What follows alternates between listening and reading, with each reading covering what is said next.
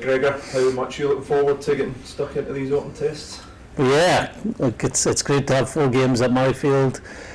Great that we're playing this weekend. So in the past we've only played 3 games, so to show what we've been working in training, to give players opportunities, and two players in particular getting the first caps, something we're looking forward to. What's the thinking behind the lineup? Obviously you've only got the Scottish-based boys to pick from. Got New Zealand coming next weekend. What was the thinking behind this team that you've selected for the USA? Well, there's a balance in the team of players that are experienced, which I think will raise the level of performance, help those players that are coming into the squad for the first time. We've got to put on a very good performance in front of a big crowd. And in terms of individuals, we've looked at players that may require more match minutes. It has been a disrupted season for some of the players because of injury. For someone like Scott Cummings, who went on the Lions tour, he came into the season a bit later. So we think for him, getting another game will be really valuable. Liam McConnell gets his first start. What have you? I spoke to him earlier in the week and he was just saying how much he's enjoying the whole experience of being in and around it. What have you seen from him that makes you think there's a good Scotland player there?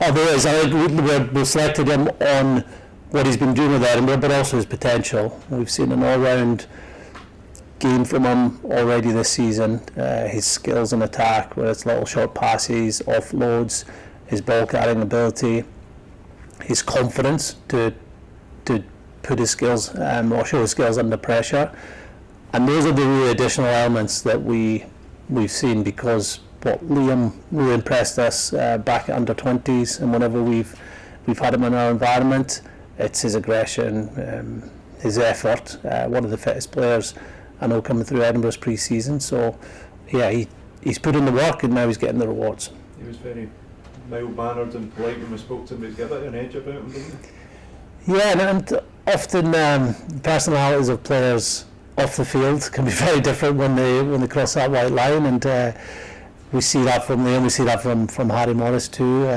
and it fits with the type of player we believe will thrive at test level, especially in the forwards. You need players that love that contact area, that will go forward, go towards opposition and attack and defence, and I'm sure they'll do that this weekend. Duhan's 50th cap, just awarding what he's done in a Scotland jersey over these past few years.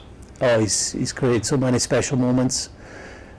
It's hard to think. Michael was telling me the other day that his debut was just 5 years ago, so to get 50 caps within that 5 years shows how important he's been for us in terms of being selected whenever he's been available, his own consistency and durability, and he has evolved his game. I think when he first came in, he was a great ball carrier and needed to develop his defence, which he has done. He's been a defence leader now for the last couple of seasons. His work on the floor, because he made so many line breaks that it often got him isolated, so he had to really work hard in his contact area, which he has. I think last season showed his ability to put others into space, linking, quick hands. Remember a try, actually I think they're both Ben White tries. Ben White try against France, Duhan hands under pressure, and then at Twickenham a couple of really good offloads to put other people away for tries. So his game is growing. It needs to keep growing like other players, but it's great that we've had him for the last 5 years, and there's a lot more to come. A real clutchy young second rows coming through at the moment. How important is it to get them as much exposure as possible at this stage of their development, when they're just starting to emerge and make an impact, on the club level? Yeah, well, I think they are getting more and more game time. Like for Alex and Max, they had to be patient about 2 years ago, but since then they've played a lot of rugby. Marshall's a little bit older, but he has really came through as a regular starter for Edinburgh, came into our squad in the Six Nations and the summer tour, and there's others. Obviously Gregor Brown not been involved this week, has came through strongly last year. There's others at Edinburgh and Glasgow, and outside of Scotland. So we have second rows of the future already putting their hands up for test selection right now.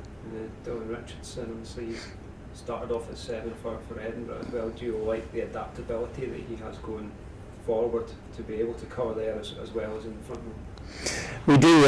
Last summer's tour, I think both games he started, I think it was Canada and Chile, he started at hooker and then finished the game at open side, and it was almost like having an extra player.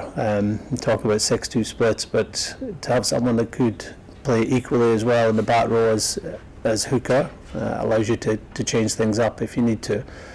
He's not available right now for us as hooker. I think I said this last week, and that just with back issues that he's not been able to fully scrum, so we're considering certainly for the next couple of weeks as an open side, and probably for the whole series. So about USA and what you need to game plan for around what they can do.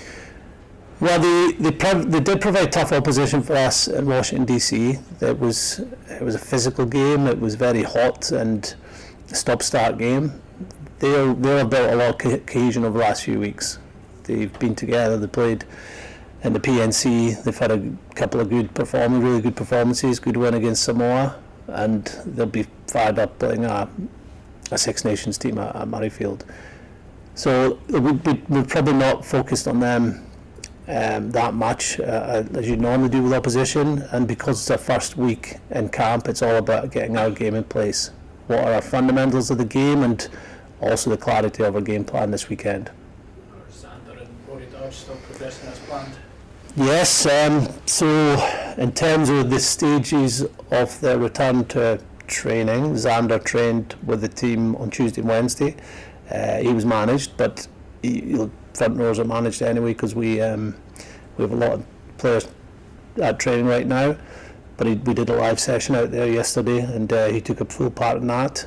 Rory isn't at that stage right now, so he's still working with the physios. So he's running. He's really tested himself this week, and he's came through well. We do have a session tomorrow, so we'll see where both those players are. It would be good to know that they're able to train tomorrow, because as you go into a test week, you want to announce that squad is early as possible in the week. So we'll have more evidence after this weekend. I'll just ask Gregor, what's the target this autumn? You spoke about how you felt this squad is in the best place it's been since you've been in charge. Is 4 from 4 realistic? Is that the target? Is that what you have to be targeting at this stage in the team's development? Yeah, I think we have to go into every game with a focus of winning it, a game plan that we believe can get us a win. We certainly believe the players can get us wins against any team we come up against. But it's really then down to them. It's how you adapt during a game, if you're ahead, if you're behind, what's working, what's not working. And the quicker we get into that cycle, whether it's at training, in particular this weekend, of enabling them to make decisions, the closer we will be to playing at our best.